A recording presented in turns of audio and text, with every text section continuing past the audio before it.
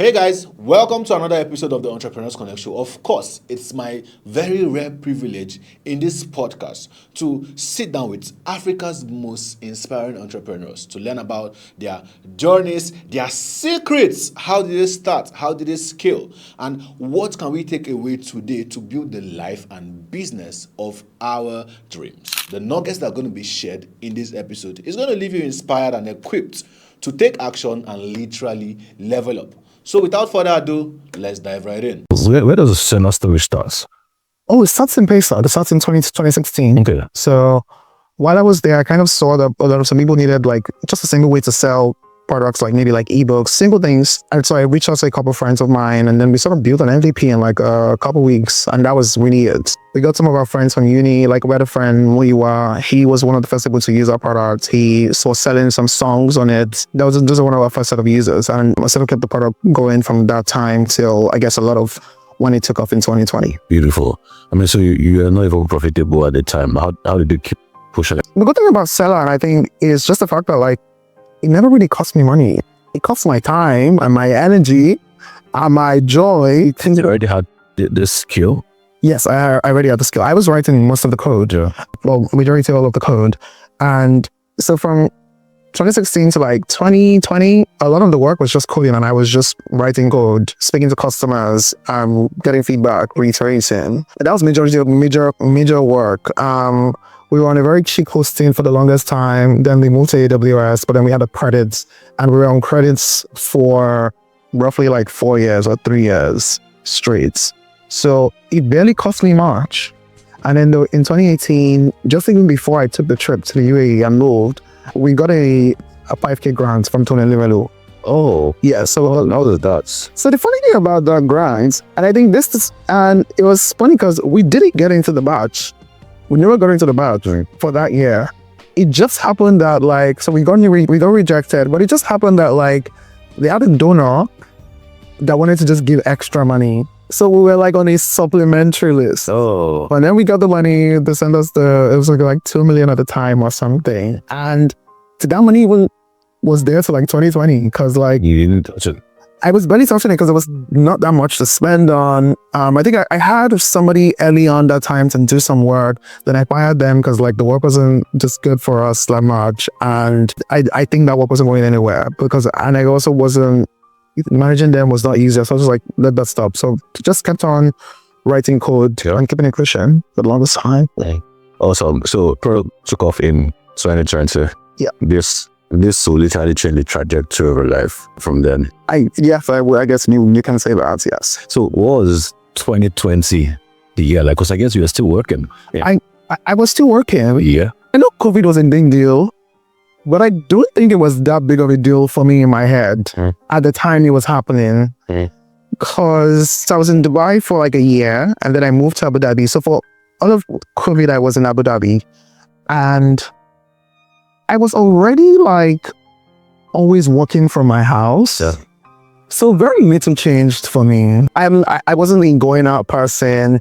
So I think, yes, maybe I couldn't go out a couple of times. And then even when we could go out, it was very like restricted, wear a mask, all of those things. But I don't think of COVID as a very transformative period for me. Like, I don't think of that as like, it wasn't that. I was just in my room working, but 2020 was the year that I sort of like said, oh, I want to try to give this a little push. And I think in the year prior, I'd worked, the company that moved me to the UAE, I was a software engineer, but I'd worked a lot with the marketing team. I'd helped them do a bunch of things. I've always been a very curious employee, and I was very curious. I was putting my efforts everywhere. And so I feel like I'd picked up a couple of marketing skills that I wanted to implement at Selar, and that's what I wanted 2020 to be. So 2020, I was writing a lot of code still while trying to push on the social media front. And I think I was also sending like a ton of cold DMs to like create a do one on the yes, challenge. Yes. I was sending like a ton of cold DMs, sending everything. And yeah, I think we got some high ticket clients, and that really just helped a lot, and it was good. Oh, beautiful. I mean, 2020 is a year a lot of people embrace like the digital create yes. Yeah. And that really took off. So, I mean, did you get to a point where you couldn't handle everything by yourself anymore? Oh, yeah. I think October 2020, I think I wanted to die. I was just like, because I was I was my full-time job at the time, and that was taking a lot of my time because they were demanding for me, and Selar was demanding a lot from me because I was writing code, I was replying people on social media, I was replying emails, I was talking to customers and everything, and it was a lot. But I think, and at the end of the year, I think I also just realized that like, okay, and I need to, like, we're taking off a little, but it was still a fear of like, oh, is this big enough? Can I really quit my job for this? But I had stuck some savings at the time, and I was like, okay, you know what, we'll try, and if it doesn't work, which I can always go back to being gainfully employed. So trust though. Beautiful. So, what's the most common mistake you see people who are trying to build startups make? It's to say that like, oh my God, someone ingredient a product for customers that don't exist or people that don't exist. But I feel like that's a very interesting comment because people would also say the same thing about us. Yeah.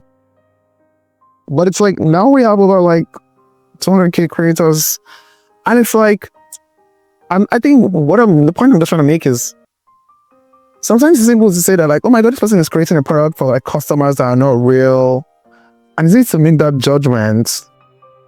But I mean, I guess deep down I knew that like these people existed. I've seen it. I'd seen some of them at Paystacks. I've seen some of them reach out to Paystack.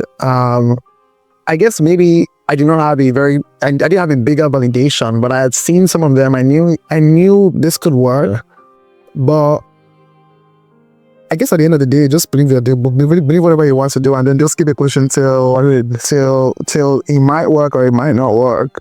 At the time, you were building a business that was ahead of its time.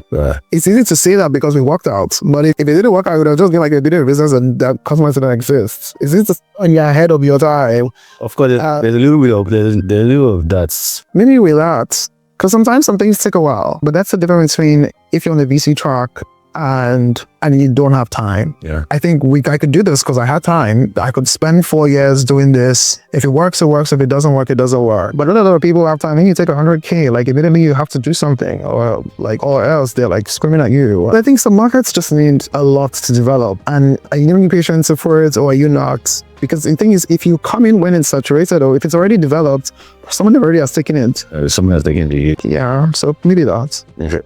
Where did the Milton come in all of this? Oh, I'm trying to remember the Milton story. So we met. I can't remember how we met. So he was using Selar at the time, I believe. I think he was a Selar user. And we happened to be neighbors because at the time I used to live at Prime Water. He used to live at Prime Water too. And we started talking. And I think around the time too, I was like, oh, I need more help with this. And he was very passionate about the work. And I was like, do you want to do this? And I was like, yeah. And I was like, okay, let's go.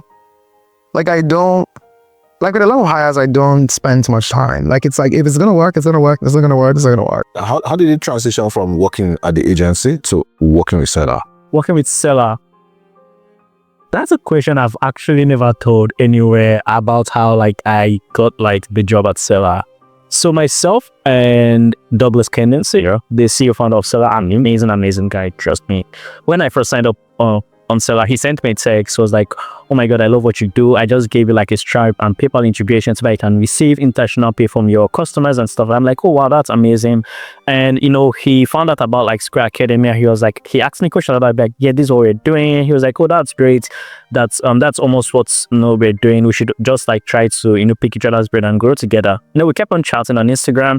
He was in Dubai, I was in Lagos. When he came back to Lagos, I was like, gee, what's up in Lagos? Let's meet, let's hang out sometime. So he came down to the office I used to work at Imaginarium. And we had like a very amazing time, amazing conversation. And I told him something because I was always talking about Selar even before I started working on Selar. I was like, Douglas, I always talk about your company every time. Cut me a check, right? He was like, do you want a check or do you want a contract? Out of like that was jokes, right? But we just kept on talking. And when I decided to like lead the agency, I had an offer from some other company, which I'm not going to mention the name here. And I told her, oh, Douglas, this is a company I'm leaving to. And, he was like, he's having some like stuff at Selar that he really wants to like grow the company and stuff. And I was like, oh, why don't I come work with you as your greater marketing manager. It was like, actually, why didn't I think of that? So that's how we just started working together. And it was over drinks at a bar how we just, had a conversation and everything. And I think being at Selar is like one of the best experiences of my life. So when you start expanding, when I mean expanded, I mean now you're focusing on this full time. This wasn't just you anymore. You had to bring in team members. All of that.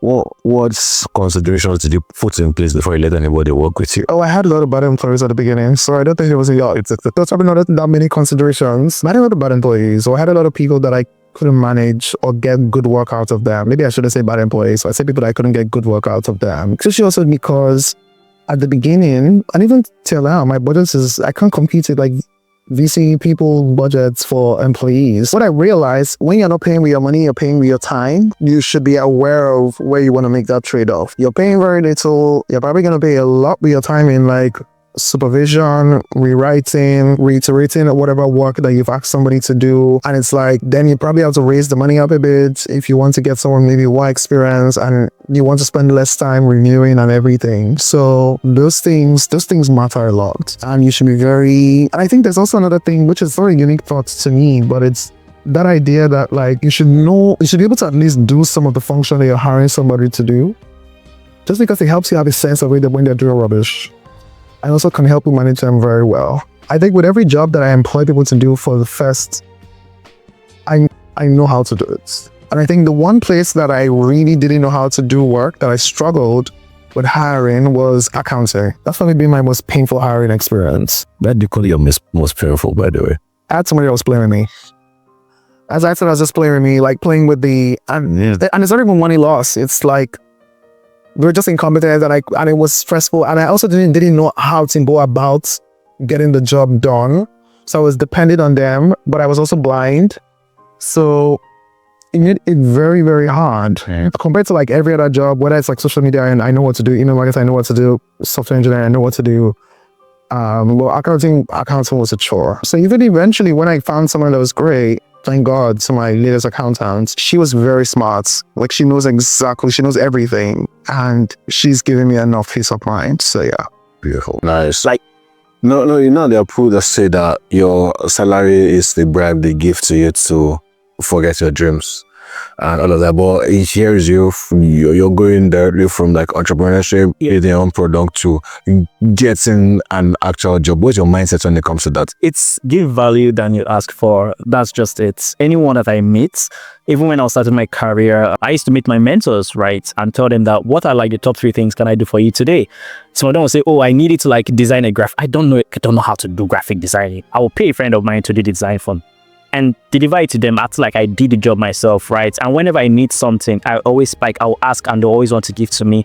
It's just being a personal value, right? People are always like attracted to like someone that gives value to them. So I think for me, whenever I meet someone, my first 3 question is, how can I give this person more value that when I ask for something, they'll be willing to do it for me? So let's say we meet at an event today and go, hi, my name is Milton. How can I give you much value? No, come on. It's just I think it's building like, nurturing those relationships, getting those contacts, and I think your work will speak for you. Whenever I go to events and I'm introducing myself, I'm like, oh, my name is Milton, CM at Selar. We have over 1 million users in Africa, and people will want to like, okay, yeah, exactly. So call the numbers. That's the flex. Yeah, that's the flex. I call the numbers, flex your stuff, right? Bring out your SIM when you're introducing yourself, and just like tell people the work that you've done. Yeah. Oh, interesting guy. Exactly. I'd love to connect with you. We could do something together. Exactly. That's the thing. Just like put out the best metrics. Put your best foot forward. Yeah. I can speak to that. I mean, because you were at Selar pre-2020. Yeah. Right? And you Selar and the growth took off from 2020. Yeah. It just boom. And because I joined Selar early 2020. Yeah. I'm like, this platform is cool. And I introduced a couple of my friends, Tamila, a couple of my friends. There's this platform, you can host your ebooks and all that. It's very cool. And then I see you guys some weeks ago say, oh, we hit 1 million users. I'm like, bro, that's massive. So what does what does being a growth and marketing manager? Now I know that you're like CMO right now, but what did in that phase between 2020 to 2024, what did being the growth and marketing manager of Selar entail for you? 2020 to 2023, then it was hard. I'll be very honest. I mean, you came from an agency, so you're like, I can do this thing. Let's go and grow this company. Yeah, so the thing with an agency, you just have that. When you got into the company, what was it like? The first few weeks was, when I said that it was hard because myself and Douglas, every Sunday, we used to have like meetings in the evening to like talk about like how we're going to grow the following week, the plans and everything. And you always have to come up with like new strategies, new techniques every other week, right? And sometimes I'm thinking, how best can we like, grow the numbers and stuff like that. The year that we achieved 20,000 users, right? That whole year we spent less than 1,500 USD on marketing and ads, right? So it was literally growth hacking, like everything, like, Just to pause here. You're going to continue the story. What is growth hacking? So with the podcast, I like to make sure that there are no vague areas and all that. So what was growth hacking? You want to bring to that conversation? Okay. What's growth hacking? Yeah, so I mean, for the lack of a better words, it's just like actually using like technique strategies to literally double your numbers. Meaning, if we are going to spend $1 to like get 5 users, how can we actually spend that same $1 to like get 10 users, right? How can we find like strategies and techniques and things that we can actually do to have like that sporadic growth? But the thing with growth hacking is that people think that it's just like a one-off thing. Like, oh, you just do this strategy and it works. It's like having like a series of like test techniques and things that you actually do to test, iterate until that one thing works. So it's not about like doing that one thing. It's about like doing a series of things continuously over a period of time until you find gold. That's literally what. You want to throw me an example? So you guys are going to thank me for better go and thank me in the comments. So let's go back to the example of $1 to 5 users. Now you say you want to double that number using growth marketing. You want to throw me an example? How does that work? Okay, so I mean, I can give you like a clear-cut example. So let's say like a product like Selar, right? And how we went, like, we didn't spend a whole lot of money on like marketing and stuff. So first of all, we really don't do influencer marketing when we started. It's just like right now that I've started doing all of those things. And we asked ourselves, what is one thing that most of our creators love so much? Creators love events. They love a lot of events, right? So for Selar, we're like, okay, instead of us like just spending a whole lot of money to like, run ads or like pay for like influencer marketing, how can we have partnerships with these creators? How can we bring them for like an Instagram live? How can we have webinars with them and stuff like that? So for instance, if we are trying to like sell our products via ads, we might not get as much conversion as we want. But when we are doing a webinar, right, and we want to teach people how to do XYZ, there are two things that's helping us to do. Number one, on our thank you page after the research for the webinar, we are pitching the products. That's number one. On the email automation, we are also pitching the products. During the webinar, we are pitching the products, right? So we are also getting this lead magnets that we are going to use for follow-up and to also use it for like retargeting ads. So instead of like spending that $100 to like sell and market our products, marketing, why don't we do this? Like, why like this other strategy that we can use it to not just generate lead, but also get customers, and that's direct response marketing. Beautiful, that makes sense. Now let's go back to the gist. I know exactly where you stopped. So you were talking about how that the first few weeks were hard, and then every Sunday you guys had the meeting. So literally come up with strategies. So like every Sunday, like we had to like, it was like a compulsory meeting. We had to like come up with strategies and things that we have to do, and I always had to like think about ideas and stuff like that. And it went on for like a whole year. Like a whole year we're doing that like back to back. And it, like, honestly speaking, it was hard because then our team was not as structured as it is right now, and we were still like trying to like build that great team and stuff like that. So I did a whole lot of things. I did multiple things. There's a point I did social media management, right? Even as like the creator marketing manager, there are points that's like I did and I undid, right? Like, and I think what has helped us so far is, one, we were consistent at it, right? And that's still the whole growth hacking thing, So we were like doing different iterations and techniques every other week until we found that iteration and that technique that works for us. And we're like, okay, we've hit code now. Let's be consistent with this thing for a long time. Yeah, exactly. How did you have customer support? With a platform like Selar growing and all of that, you're having, you celebrated over 1 million customers like very recently, and I'm sure you should over that number right now. How did you hack like responding to customers and all of that and making sure that for the most part, many of them are satisfied? Right now, I don't think we're doing a good job of that. Honest truths, we're not. But before, so I guess the backstory is at Paystack, I was hired for technical support. I was building like a lot of integration and I was doing technical support, but I was so good at it and interacting with customers and making them happy that I switched from technical to also include normal support. And that's how I was working a lot of long hours because I was helping a lot of people.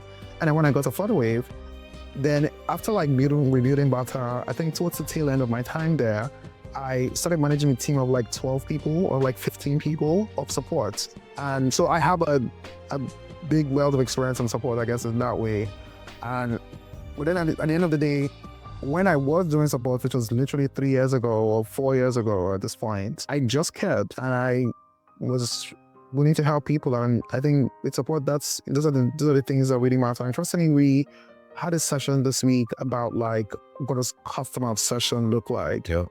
And I think some of the things I shared with the team will probably be like empathy, will be passion, will be understanding. Like it's good to have a very rich wealth of knowledge. It really helps when it comes to support. Like when you don't understand it, when the customer feels misunderstood, there's nothing that irritates them like that.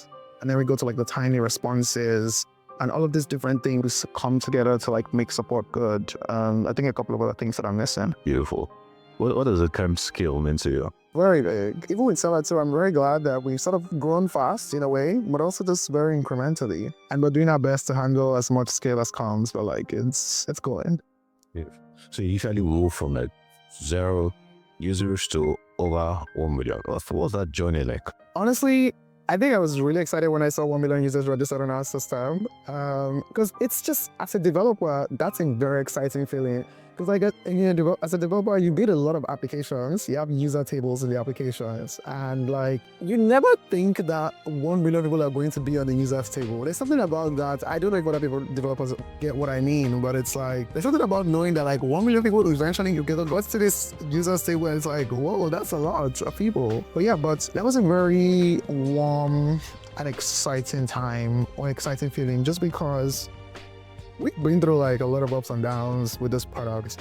I think it's also just interesting because like sometimes I look at some people's profile and I realize we didn't have 50k users in 2020. So like the 950 of them, 950k came in the last 3 years. Yeah. And growth is so weird because it's not like the work in the first 4 years didn't matter. A lot of that work is why we are here today, but it's like so much of that growth has just happened in the last 3 years. And it's what's humbling, and that's something I'm very grateful for. I think it took us maybe like 2 years to do 500k, and then the other 500k, 2 or 3 years to do 500k, and then the other 500k in like 12 months. And I mean, the hope is that we double again and double more. So we'll see. So you're Douglas, and how many were you on the team then? No, marketing team or like All the like on the whole team? whole team, we were like 9. Then right now we are a team of 22. Great. So how did you go from a team of 9 to a team of 22? And particularly your own team now expanding, having other people under you and all that. What did that journey look like? It was interesting, right? I lead a team of 8 people. Then I was leading a team of like 4 people each, right? Like 8 people plus like some of our contract staff that we work with there. And it was interesting because it showed me how to like get great like staff, like how to find great talents, right? That will come work with you. And that's one thing like I'm really proud of. Like I'm proud of every single person on my marketing team, from Lydia to Treasure to Emmanuel to David to Collins. Everyone is like, if I didn't make sure you'd be able, everyone is like doing an amazing job. And I always like try to tell them every now and then. And from having like a team of like 3-4 people and having like a team of 8, where I have to like work in like different departments, from like the content team down to like the social media management, down to like PR and brands, down to the affiliate network, down to like core marketing and growth and stuff like that, and still have to like have conversations with like management and how we can like grow the company and everything. Right now, what I'm grateful for is like the ability to like work on like different things all at once and still get the job done and like move the right metrics. But looking at then and now, I think as the company is growing, every other person is growing as well. I'm growing also as a person, and how like I get to like, manage tasks and manage people. Also, yeah, I mean, it took you like 4 years to get Selar to where like a lot of people noticed it, they're using it, and all of that. If you are presented right now again, going back with the option of taking on VC money to run Selar or just bootstrapping all the way to where you are now, what option would you have taken? I would still bootstrap, interestingly. This is weird because I think I thought about this question a while ago and I was like, the amount of taking VC money. Maybe like 2 years ago, I'd have said I would have taken VC money, but right now I am happy to have bootstrapped because VC is giving you 4 years to get your shit to like maybe for the market to develop. And don't get me wrong, maybe we could have. There was a lot with the markets that changed in 4 years. I think COVID is a very big one. Yeah. A lot of people were finally comfortable being online and relying on everything online. And I don't know if VC money would have changed. VC money is not going to create a pandemic. Yeah, sure. Or create like a whole new user behavior at the end of the day. So some things just need the market to develop and find. Because like by 2020, because I knew people that were selling digital products in 2016, but there were very few. By 2020, there were still few, but they were just a little more. Yeah. And now it's like every corner you turn, you see them. If I could do this all again, I really would go at my pace. Of course, do a lot of some things very differently. Great. So, as an employer of labor or a startup founder or somebody watching this pod right now, what would you say are the top three things to look at when you're trying to get in talent to your company? Talent. Number one, I look for people that are passionate about their work. How do you find that? I mean, is passion easy to see? Passion is contagious. Okay. It's like you can know when someone is passionate about like social media management. For instance, now the person working as a social media manager, my team leader, she's doing an amazing job. Like from the first I had a conversation, I knew that like Lydia loves social media management so much. And if someone is passionate about something, just give them the thing to grow. Just grow the stuff. So that's one thing I look out for. I have some other person on my team, Treasure. Treasure is passionate about like writing. She loves writing so much. She was on the social media management team, right? She was like, and I was like, I need to move it to the content team. You love writing, play to your strengths, right? So one, I look for people like that. Two, I also look for people that have like, I wouldn't say side projects, but people that have done things in the past. Like, tell me what you've done, like the personal projects. Let me hear about it, right? If you're able to like, manage something with your personal self, then you're responsible enough to like manage and actually your own JDs and KPIs. And last thing, apart from you being good at your job, being amazing, but I look for people that have like, that ownership mentality. Yeah, very, very important. That's ownership mentality. And how can I be the CEO of my role? Like, if I'm that's very interesting. That being the CEO of my role. If I'm an intern, how can I be the CEO of that intern role? Yeah. Right. And even there was someone that worked with us then, Zoe Motorayo, and she was an intern. Right now, she works as a product marketing manager at Sterling Bank. When she was working with us, she was the CEO, like she owned her role. And every other person that worked with us in the past as well. So, these are things that I look out for. One is people that are passionate about their job. Like people that are passionate about, like, for me now, I'm passionate about marketing. Call me today, I will talk about marketing. Yeah. So if you put me in a position where I need to like lead a marketing team, I will do it to the last drop of blood, right? And also like people, that have owned things, right? That ownership mentality is very important. So for entrepreneurs, especially like techies trying to build products and all of that, do you think it's important to learn how to do sales and marketing? Definitely. Before Milton came on board, I ran the marketing for Selar. I did everything. It is very important. Like, you don't need to know too much, but you should know a little. There's some expectations I don't have of Milton, and that's because I'm very abreast of how marketing works. I've worked in a marketing team before. I know what is feasible, what is sensible to ask for. So I'm not just going to be asking to make something out of thin air. And that's a very big part of like marketing and I guess a founder relationship, because it helps when you're not asking for dumb things. True. It really does help. I guess you can tell us, let's stick to things that are realistic. Let's stick to things that we can, like things like needles that you can move. And yeah, so that's, I guess, why it's very important. Because yes, I didn't do any marketing job today, but I'm not asking them to do impossible things. Yeah. For others who when they need to win, so I mean, you guys choose this word a lot, Maria. That's Milton. That's from Milton. Milton. That's Milton. Well, so actually, you should ask him what that means, because yeah, that's not my word. That's Milton's word. I don't think I can answer that question first. Well, I mean, there's something in mind when you say more in the little. Okay, I would say results. You can do a lot of things, but any of them bring results at the end of the day. And so yeah, that's how I would say. Beautiful. Yeah. Beautiful. This interview, this episode has been very fantastic. Thank you very much for coming out. Any final word for our viewers before we take it away? No, thank you. Thanks a lot for inviting me. I haven't done an interview like this in a really long time. And I'm very happy. How can people connect with you, Selar, and all of that? Twitter, even though I don't really tweet there, nor Instagram, but like Twitter's probably the best way to reach me. Is it the best way? Like maybe you'll pass the response on Twitter or LinkedIn maybe. So Douglas Kendyson, Twitter, LinkedIn. Twitter it's Kendyson D. It's my username. I think those are great channels to reach me. And LinkedIn, maybe LinkedIn, probably correctionally. I'm not a big Twitter. You're trying to sell an ad. Oh, please! If you're selling a digital product, please use us. Yeah, I think Selar's the best product that you can use to sell your digital products, like any kind, ebooks, courses, trainings, everything. And just abuse Selar.